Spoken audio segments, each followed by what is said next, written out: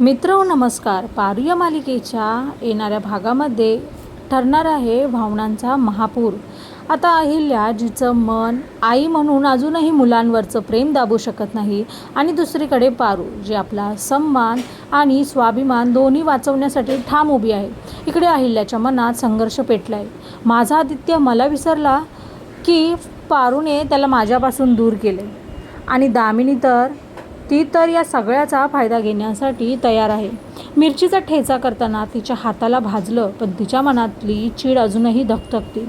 आता याच दरम्यान आदित्य आणि पारू यांचं संभाषण अधिक ताणलेलं जातं. पारू म्हणते माझं मन अजूनही त्यांच्याकडचं वागणं विसरलेलं नाही. तेव्हा आदित्य म्हणतो पारू तुझ्याशिवाय मी कुठे जाणार नाही. दोघांचं नातं प्रेम, हट्ट आणि गैरसमज यांच्या गुंत्यात अडकलेलं आहे आणि त्याच वेळी अहिल्याला मिळतो आदित्यचं कुरिअर. एक बुके आणि एक लेटर. मला तब्येत बरी नाही आहे, येऊ शकत नाही मी.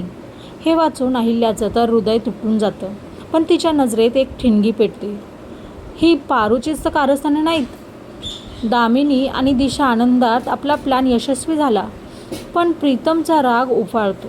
दिशा तू या घरातली पाहुणी आहेस, तुला इथं थांबण्याचा काहीच अधिकार नाही.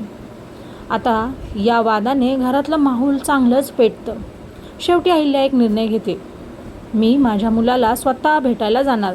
आणि पुढच्या भागात आपल्याला दिसणार आहे अहिल्या आणि आदित्यची ती भावनांनी भरलेली भेट ज्यात एक सत्य बाहेर येणार आहे. आदित्य खरंच आजारी आहे का की हे सर्व एका मोठ्या खेळीचा भाग आहे. तर मित्र हो, व्हिडिओ आवडल्यास चॅनलला लाईक करा, शेअर करा आणि सबस्क्राईबचं बटन दाबा. धन्यवाद.